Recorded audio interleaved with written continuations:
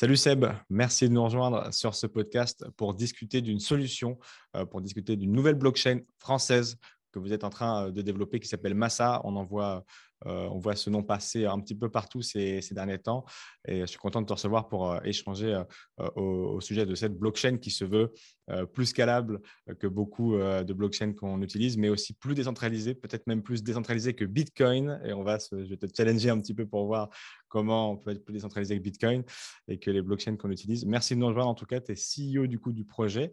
Est-ce que tu peux te présenter en quelques mots, s'il te plaît, et présenter en quelques mots Massa avant qu'on échange un peu plus sérieusement sur cette solution? Salut Valentin, d'abord merci beaucoup pour l'invitation. Effectivement, donc moi je suis Sébastien Forestier, je suis le CEO de Massa Labs. Massa Labs, c'est l'entreprise derrière le projet Massa. Et en quelques mots, Massa, c'est le projet d'une blockchain qui passe à l'échelle tout en restant décentralisée et même en étant complètement décentralisée.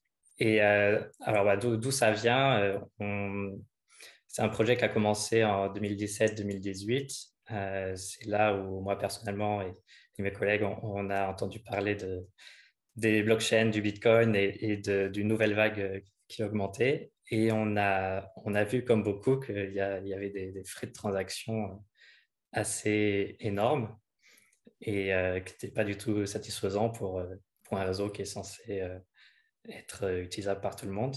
Et donc, on a commencé à travailler sur une idée d'amélioration des performances et du nombre de transactions par seconde qu'on pouvait faire dans un réseau décentralisé. C'est là qu'est né le projet Massa avec une intuition qui était de paralléliser la création des blocs. Et on va revenir effectivement plus en détail sur cette particularité. Techniquement, comment vous faites. Massa, c'est pour Mass Adoption, si j'ai bien compris le jeu de mots avec le nom d'entreprise, c'est ça? Oui, alors il y a peut-être deux origines. La première, c'est Mass Adoption. Et une seconde, on peut penser que ça vient de la monnaie de Marseille qui s'appelait Massalia il y a 2000 et quelques années et qui était une ville qui frappait sa propre monnaie en indépendance avec les autres euh, sphères qu'il y avait autour. Et donc, c'est cette idée d'indépendance, de décentralisation qu'on a repris aussi. Deux des cofondateurs sont de Marseille. Donc, voilà le lien. D'accord, ok. Et justement, pour aller chercher cette mass adoption que beaucoup de blockchains aujourd'hui tentent de prendre, ce créneau-là, il faut avoir beaucoup de scalabilité, donc avoir la capacité de monter en puissance sur le nombre de transactions par seconde sans perdre la décentralisation. Et c'est justement cette difficulté qu'ont les blockchains, ce qu'on appelle le trilemme de la décentralisation, le trilemme des blockchains. Ouais. C'est là-dessus que je voulais revenir dans un premier temps avec toi parce que vous essayez sur votre site, voilà, vous prenez l'exemple de Bitcoin, d'Avalanche et des autres tokens et puis d'Ethereum, et vous vous positionnez un petit peu comme la plus décentralisée, la plus scalable, la meilleure sur ces points-là. Mais effectivement, c'est ce fameux triangle qui, du coup, forcément, on peut être à un endroit stratégique sur chacun des côtés, mais on ne peut pas, a priori, être le meilleur de tous sur ce point-là. Comment vous prenez un petit peu ce triangle-là et comment vous essayez de le challenger? Euh, en fait, on a commencé à regarder le détail de ces différentes blockchains qui existaient à l'époque, disons en 2018. Et quand on regarde le réseau et quand on regarde où se fait la création des blocs, qui est la chose la plus importante si on veut participer au réseau, c'est là que se fait la gouvernance, les votes et le choix des branches. On se rend compte que même si l'idée d'ouverture, de décentralisation de la blockchain est géniale et dans l'idée, on peut tous venir participer, en pratique, je ne sais pas si toi, tu as déjà lancé un nœud Bitcoin ou Ethereum, mais aujourd'hui, on ne peut plus à notre échelle créer de blocs sur ces blockchains parce que maintenant, il faut un data center ou enfin, un centre de minage qui gaspille une quantité d'électricité folle si on veut avoir une chance de créer des blocs et de participer pour de vrai au consensus. Et c'est ça qu'on a voulu, qui n'était pas satisfaisant pour nous et qu'on a voulu contrer et dans tous les cas protéger à chaque fois qu'il était possible, à chaque fois qu'une décision faisait entrer en compte la décentralisation et notamment décentralisation de la gouvernance et des choix et de la création des blocs, on a voulu protéger cette décentralisation. Et ça, on pourra en reparler, c'est vraiment à plein de niveaux possibles. Et ça peut se mesurer. On a une mesure de décentralisation, c'est le coefficient de Nakamoto. Et on peut parler du coefficient de Nakamoto de Bitcoin qui est de 4 ou 3, ça dépend des périodes. Ça veut dire quoi? Ça veut dire que si on met ensemble les 3 plus gros mineurs sur Bitcoin, ils possèdent plus de 51% du réseau et ils peuvent censurer, casser, bloquer, stopper la blockchain. Donc 3, c'est vraiment pas beaucoup. Et dans l'idée intuitive de la décentralisation, on devrait plutôt être à 1000, 10 000, quelque chose comme ça. Et c'est là-dessus que vous vous positionnez du coup pour dire que vous êtes plus décentralisé que Bitcoin parce que sur votre site, vous mettez plus de 10 000 justement nœuds, ou en tout cas, parce qu'on va voir justement, vous avez la capacité de proposer une solution bien plus grand public, ou moi, avec n'importe quel ordinateur, aujourd'hui, je peux devenir un nœud du réseau avec un système qu'on connaît bien, sur lequel Ethereum est en train de se diriger. Oui, mais il faut voir que la décentralisation, ça commence par la distribution des tokens. Disons, le premier point, c'est là le point de départ d'une blockchain, notamment en proof of stake. C'est la distribution initiale des jetons, de la crypto-monnaie. Pourquoi? Parce que en proof of stake, plus vous avez de monnaie, plus vous êtes tiré au sort pour créer des blocs. Et donc, dès ce moment-là, on a pris la décision d'être un peu à l'opposé de toutes les blockchains qui se sont lancées ces 2 dernières années, qui malheureusement ont gardé une énorme partie des tokens et en conséquence n'ont qu'un coefficient de Nakamoto de 1, c'est-à-dire qu'ils peuvent contrôler la blockchain, ils peuvent la stopper. Je pense à Avalanche, je pense à Phantom, c'est 1 ou 2, à Solana et d'autres. Nous, l'entreprise ne garde qu'une toute petite partie. On distribue un maximum à la communauté. On a fait une vente privée de tokens. On a levé 5 millions d'euros, mais on ne l'a pas fait auprès de fonds d'investissement. On a fait cette vente auprès de 100 investisseurs avec une limite par personne qui fait qu'il n'y a pas une ou deux grosses baleines qui vont contrôler le réseau et qui peuvent manipuler le marché après. Donc, tu vois, ça a commencé déjà là. Et alors, on est toujours en testnet, donc on n'est pas lancé, donc on ne va pas être prétentieux et dire qu'on est plus décentralisé Bitcoin vu qu'on n'est pas lancé. Mais c'est notre vision, c'est là où on veut aller. On a choisi le Proof of Stake parce que le Proof of Stake aussi, sur le long terme, a des effets positifs, ou en tout cas plus positifs que le Proof of Work sur la décentralisation. Le Proof of Work a tendance à centraliser vers ceux qui ont le plus de machines. Et ça continue. On fait de notre mieux pour que tu puisses staker avec ton ordi personnel qui est derrière toi, là. Pas besoin pas besoin de beaucoup de puissance de calcul. Tu n'as pas besoin de beaucoup de coins pour démarrer, contrairement à Phantom, à Avalanche, il te faut parfois 100 000, parfois 1 million d'euros pour commencer à staker. Tu n'as pas besoin d'une machine énorme comme chez Solana qui va te coûter plusieurs milliers d'euros par mois en hosting. Et voilà, et tout le long de notre cheminement de pensée, d'ingénierie, on fait en sorte de protéger de l'ouverture, le fait que tout un chacun puisse participer et créer des blocs, pas juste se brancher, mais vraiment participer pour de vrai et garder et protéger cette décentralisation. Ouais, et je mettrai dans la description effectivement l'explication que tu viens de donner là, qui est sur votre site, qui est sur le white paper aussi, entre la décentralisation, la scalabilité et la sécurité, qui est le fameux Trilem blockchain. Quand vous avez l'idée justement en 2017-2018 de vous diriger là-dedans, il y a des solutions qui n'existaient pas encore, ou en tout cas qui n'avaient pas la même popularité, comme tout l'écosystème Cosmos et les blockchains interopérables. Aujourd'hui, est-ce que tu peux nous emmener derrière l'écran, que dans la team, pour voir un petit peu ce que ça veut dire créer une blockchain, parce que je pense tout le monde aujourd'hui peut créer des blockchains avec des solutions comme enfin tout le monde, non. C'est plus facile en tout cas qu'à une époque, mais pas tout le monde, bien évidemment. Si tu nous emmènes un peu dans l'équipe aujourd'hui, c'est quoi de créer une blockchain?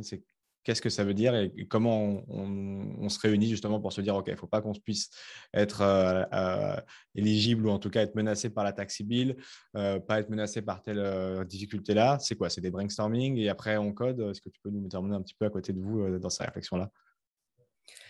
Alors, effectivement, lancer une blockchain, aujourd'hui, ça se fait peut-être en un clic grâce aux solutions de blockchain interopérables, peut-être Cosmos, peut-être Polkadot aussi.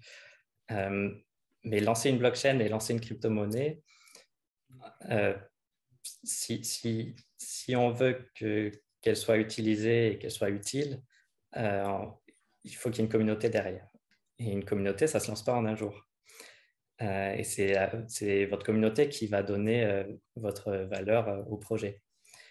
Et on n'est pas là pour lancer la N plus unième communauté parce qu'on a envie de mettre notre nom sur un token. On est là parce qu'on a trouvé un manque dans l'espace des crypto-monnaies et on a pensé que c'était judicieux. Et donc, il faut construire. Et on a commencé une communauté parce que toute la valeur est là. Alors, derrière le rideau, chez nous, on a différentes personnes. On est une dizaine aujourd'hui. On a une partie community management, développement de partenariats, développement business. Et puis, on a une partie, la plus grosse partie, développeurs, dont le cœur est constitué de développeurs Rust, parce que c'est en Rust qu'est codé notre blockchain pour ses propriétés de performance et de sécurité. Et il y a d'autres développeurs qui gravitent autour et dont on est en train d'organiser ces équipes-là et de les agrandir, qui sont des développeurs qui vont se focaliser sur les outils pour les smart contracts, pour développer plus facilement, pour les utilisateurs, pour les développeurs extérieurs. Donc des outils, mais aussi peut-être, ça se rapproche du sujet de ta question, pour peut-être se connecter quand c'est possible aux autres blockchains ou aux autres frameworks, pouvoir faire des bridges et pas rester isolé parce que, in fine, on est dans un écosystème de blockchain au pluriel. Et peut-être que plus tard, chaque blockchain aura ses spécificités, ses préférences. Les utilisateurs auront différentes applications sur différentes blockchains peut-être. Et ce serait quand même une très bonne idée que tout ça puisse se connecter entre eux. Et on a vu, tu as cité quelques blockchains, Avalanche, Phantom, qui ont eu pour faire venir des gens, des stratégies assez classiques de distribution de tokens lorsqu'on interagissait avec leur blockchain ou avec la finance décentralisée pour ramener de la valeur sur cette blockchain-là. Si on va un petit peu là, vous êtes en testnet, je mettrai là aussi dans la description si les gens veulent participer, mais dans votre stratégie, et ça fera un peu écho à la question qu'on aura tout à l'heure à la fin sur votre roadmap, la stratégie aujourd'hui que vous avez pour vous différencier d'Ethereum et de Bitcoin et de toutes les autres blockchains, on l'a comprise sur la version technique et technologique, mais pour faire quitter quelqu'un qui est sur Ethereum ou le draguer un petit peu s'il est sur Phantom ou Avalanche, ça sera quoi la stratégie chez Massa? Alors, il y a une stratégie d'attirer tout simplement les différentes communautés. Donc, on a un programme d'ambassadeurs qui est en train de se mettre en place. Sur le testnet aussi, si vous nous aidez, vous lancez un nœud, vous allez recevoir des tokens en remerciement au lancement, par exemple. Donc, tout ça, c'est le cœur de la communauté qui attire un petit peu et qui grossit petit à petit. Et ensuite, effectivement, on réfléchit à d'autres façons d'attirer. Et il y a des façons techniques, en plus de cette idée de bloc parallèle et donc de scaling un peu plus haut, on pense atteindre plusieurs milliers de transactions par seconde. En plus de ça, en fait, on est en train d'innover sur les smart contracts parce que comme on démarre une blockchain toute fraîche, c'est assez facile d'intégrer, d'ajouter des choses qui n'existent pas ailleurs ou qui seraient longs à ajouter sur un Ethereum qui est déjà très, très complexe et une gouvernance pas évidente. Et je vais citer deux innovations. Je pense au smart contract autonome et au web décentralisé, donc des sites web hostés sur la blockchain.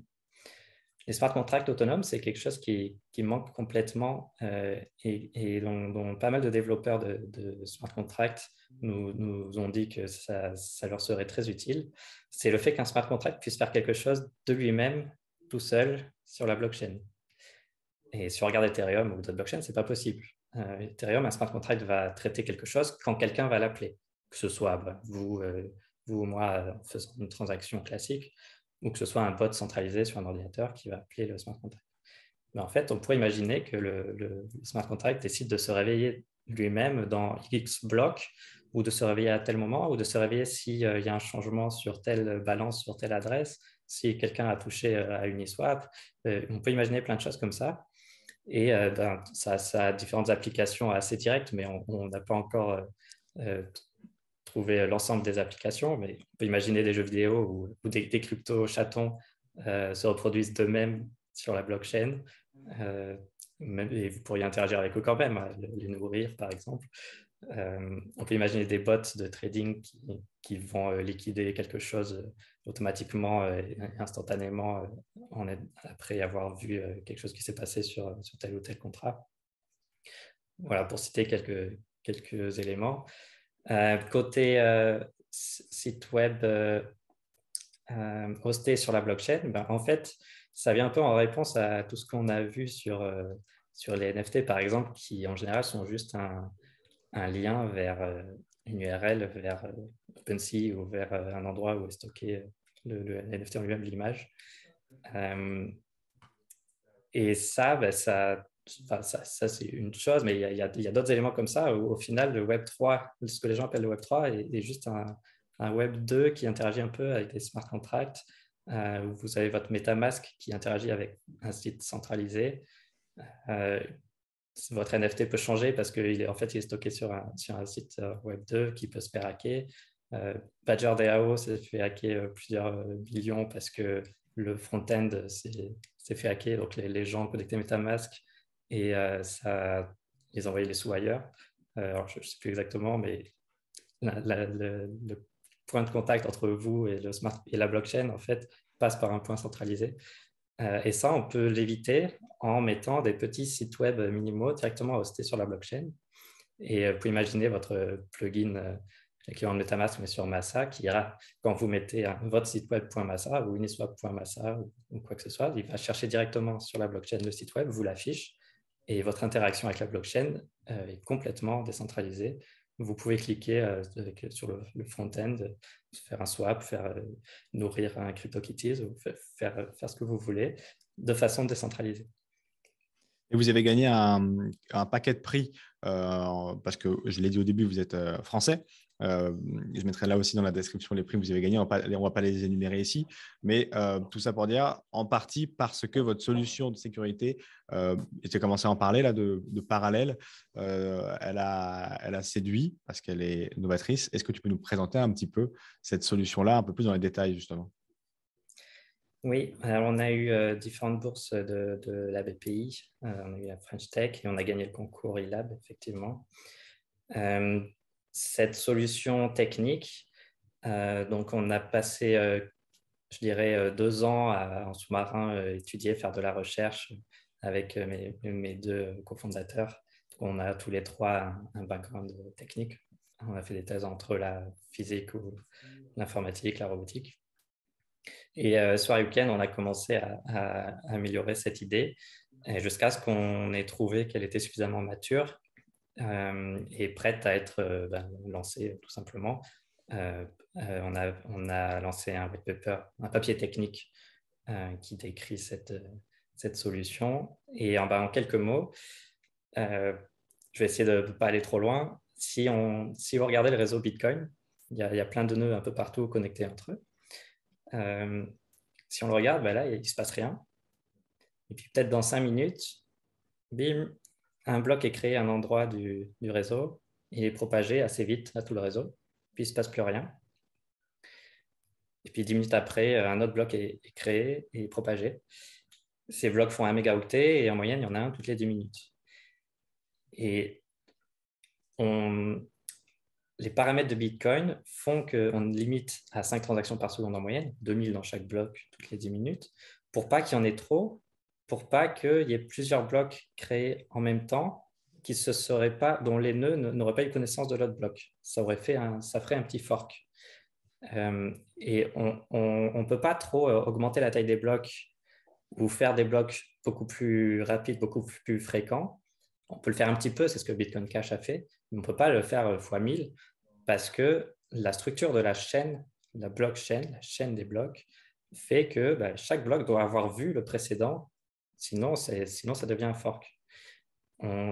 L'architecture fait qu'on a décidé d'avoir une chaîne de blocs pour ensuite ordonner les transactions et bien savoir, être sûr de quelle transaction est valide par rapport aux autres, que si je dépense de l'argent, il n'a pas été dépensé avant, donc je peux bien le dépenser. Et ça, en fait, c'est un peu une limitation fondamentale de la chaîne de blocs. Et l'idée intuitive, c'est de se dire, dans ce réseau, on pourrait avoir un bloc créé ici, et en même temps, à peu près, avant que ce bloc ait atterri à l'autre bout du réseau, l'autre nœud pourrait aussi créer un bloc. Par contre, il faut que les données qui soient dans ces deux blocs ne travaillent pas sur la même partie des données. Il faut que ces blocs s'occupent de données un petit peu différentes parce que sinon, ça ferait trop de collisions. Sinon, après, il y aurait des choses incompatibles et il faudrait les gérer plus tard. On utilise du transaction sharding, c'est-à-dire que c'est ce que je vous ai dit en intuition. Par exemple, mon adresse à moi, si je veux toi t'envoyer un Massa, mon adresse ne pourra dépenser que depuis un certain nombre de blocs, les blocs qui sont dans certains threads. Et donc, on va avoir ce multithreading. Si tu veux, tu peux mettre, je ne sais pas si tu peux partager ton écran, il y a test.massa.net qui est le testnet en direct, sinon vous pourrez y aller, où on voit tous les blocs créés en parallèle sur différents threads, mais ce sont des threads de données. Ce n'est pas le réseau qui est partagé en sous-groupes où chacun va travailler indépendamment et après on va mettre ça dans une blockchain. C'est vraiment tout le monde crée sur tous les threads, donc des données sur un peu tous les groupes d'adresses et tout le monde vérifie tout. Donc la sécurité reste bien cohérente. On ne perd pas de sécurité parce que les threads ne sont pas vraiment indépendants. Et donc, c'est un peu différent de ce qui a été proposé dans d'autres blockchains. Je mettrai ça en description pour le coup pour que les gens puissent le voir en direct. Effectivement, on a toute une ligne et on voit les lignes avancer parce qu'il y a l'émission puis il y a la validation qui est en décalé, si j'ai bien compris. C'est en deux temps que ça se fait. Et effectivement, votre petit site le permet de bien le visualiser. Si justement, une fois que là, votre solution elle est mise en place, elle est fonctionnelle, et ensuite la prochaine question, ça sera sur la roadmap, vous comprenez un petit peu où vous en êtes. Comment on fait, en plus d'avoir une communauté, pour qu'il y ait des développeurs qui viennent créer des solutions sur cette blockchain Massa, des solutions qui soient équivalentes à ce qu'on peut avoir sur d'autres blockchains, type DEX, type DeFi, type NFT et autres, qui parlent bien dans la crypto, mais aussi des solutions propres à sa blockchain grâce à la technologie qu'on a, que vous avez. Comment justement on attire ces devs et est-ce que vous avez, vous, en interne, déjà des gens qui travaillent à des solutions pour que quand la blockchain soit sortie, il y ait des choses amusantes à faire pour les curieux qui veulent s'y frotter? Oui, ça rejoint un peu la question de la roadmap. Donc, nous, il y a deux choses qu'on va faire et qu'on a commencé. C'est avoir des développeurs en interne qui vont développer les bases de la DeFi, les bases des NFT, de la GameFi, si on peut appeler ça comme ça. Donc des ERC20, des ERC720 en version Massa, des bridges, des swaps, des différentes choses qui sont utiles à la construction de l'écosystème. On travaille dessus en interne, mais en parallèle, on est en train de mettre en place un programme de grant pour que tout un chacun, des développeurs, puisse apporter sa pierre et construire quelque chose qu'il sait faire ou quelque chose qu'il voit qui manque dans l'écosystème en échange de tokens Massa, évidemment. Et ça, on va l'étaler sur les 6 prochains mois pour une première phase, mais ça va continuer probablement sur des années. Donc ça, c'est les choses, les classiques des smart contracts. Mais il y a aussi des choses qui sont plus spécifiques à nous, donc notamment grâce à nos innovations. Et on pense nous-mêmes coder quelques applications qui vont montrer le potentiel de ces smart contracts. Et on va commencer par des jeux vidéo sur blockchain, hostés par la blockchain, interactifs avec une partie autonome. Et si tout va bien, on pourra en montrer le mois prochain à la Paris Blockchain Week. Et on organise aussi un hackathon à Lyon fin avril. On vous en dira plus si vous pouvez suivre sur nos Telegram et Discord. Où vous pourrez voir ces démos, mais on mettra aussi des vidéos en ligne pour bien comprendre le potentiel de Massa par rapport aux autres technologies blockchain, par rapport à l'EVM, parce qu'on n'est pas directement EVM compatible. On a construit notre machine virtuelle spécifiquement adaptée à notre technologie. Et là, parce que c'est la grande mode effectivement des tokenomics et des refontes de tokens, vous en êtes où sur ces questions-là? Le token Massa, on l'a compris, permettra en partie de sécuriser la blockchain. Est-ce qu'il y a d'autres utilités qu'aura le token Massa à sa sortie? A priori, c'est un simple token d'écosystème où vous payez les frais de gaz avec. Vous pouvez participer à la gouvernance. Vous pouvez, alors elle sera il y a différentes choses qui vont être mises en place probablement plus tard, comme la gouvernance on-chain, mais déjà vous participez à la sécurisation la sécurité du réseau. Vous stakez, vous gagnez des tokens en échange. Les tokenomics sont à peu près décidés. On mettra tout en ligne avec le white paper de la vente publique un peu plus tard dans l'année. Mais voilà, il y aura environ 20% de tokens en vente à la public sale. Et suivez les news pour avoir plus d'infos là-dessus. Carrément. Je mettrai ça dans la description de toute façon, toutes ces informations-là et vos réseaux sociaux. Et du coup, la roadmap, la fameuse question de ces projets qui nous passionnent. Est-ce que vous avez déjà, j'ai cru comprendre que oui, dans tes premiers éléments de réponse, une roadmap à peu près définie à une sortie de projet sur l'année ou sur l'année prochaine? Oui, alors on prévoit, je vais aller droit au but, on prévoit le mainnet pour la fin d'année, dernier trimestre. On a quelques features qui sont encore en spécification et en implémentation, notamment sur les smart contracts. Donc ça, on en a pour quelques mois. On prévoit 2-3 mois de stabilisation, voilà, correction de bugs, des audits de sécurité, etc., avant de pouvoir lancer au mainnet. Évidemment, le mainnet ne sera pas lancé tant qu'il y aura des soucis de sécurité. C'est la priorité numéro 1. On peut le lancer même si on n'est pas encore à notre cible de 5000 ou 10 000 transactions par seconde. On peut le lancer même si on est déjà à 1000, mais on ne peut pas le lancer si on n'est pas encore sécure. Donc la roadmap du lancement, c'est pour le dernier trimestre. D'ici là, on va lancer le programme de grant et le programme d'ambassadeur, mais le programme d'incentive du testnet est déjà lancé. Donc n'hésitez pas à venir participer au réseau. Aujourd'hui, on a déjà 5000 nodes. Entre 4 et 5 000 selon les moments. Et c'est déjà beaucoup pour un testnet. C'est plus que la plupart des mainnets des réseaux dont on a parlé. Et ça, c'est parce que vous n'avez pas besoin d'un énorme ordi, vous n'avez pas besoin d'énormément de coins pour démarrer. Et vous serez récompensé pour votre aide parce que grâce à ça, on trouve des bugs, on trouve des instabilités. Tout à fait. Et donc, le premier cas concret propre à Massa, ça sera les jeux vidéo. Et donc, ça, tu disais le mois prochain, pardon, dans le cadre de PBWS, où nous, d'ailleurs, on sera avec Cryptost. Et donc, on Ah, aura super. l'occasion peut-être de voir un petit peu et de vous faire transmettre cette information sur nos réseaux. Et peut-être qu'on aura l'occasion de se revoir, parce que là, ce sera un cas concret, en tout cas, d'utilisation de Massa. Et puis, sur vos réseaux sociaux, bien sûr, vous allez là aussi en parler dès l'instant où ce sera possible de s'y frotter. Tout à fait. OK. On se retrouve là-bas.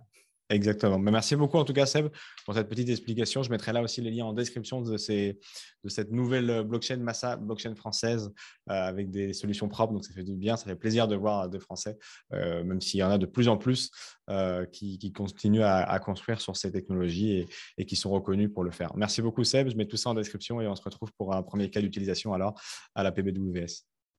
Super. Merci à toi. À bientôt.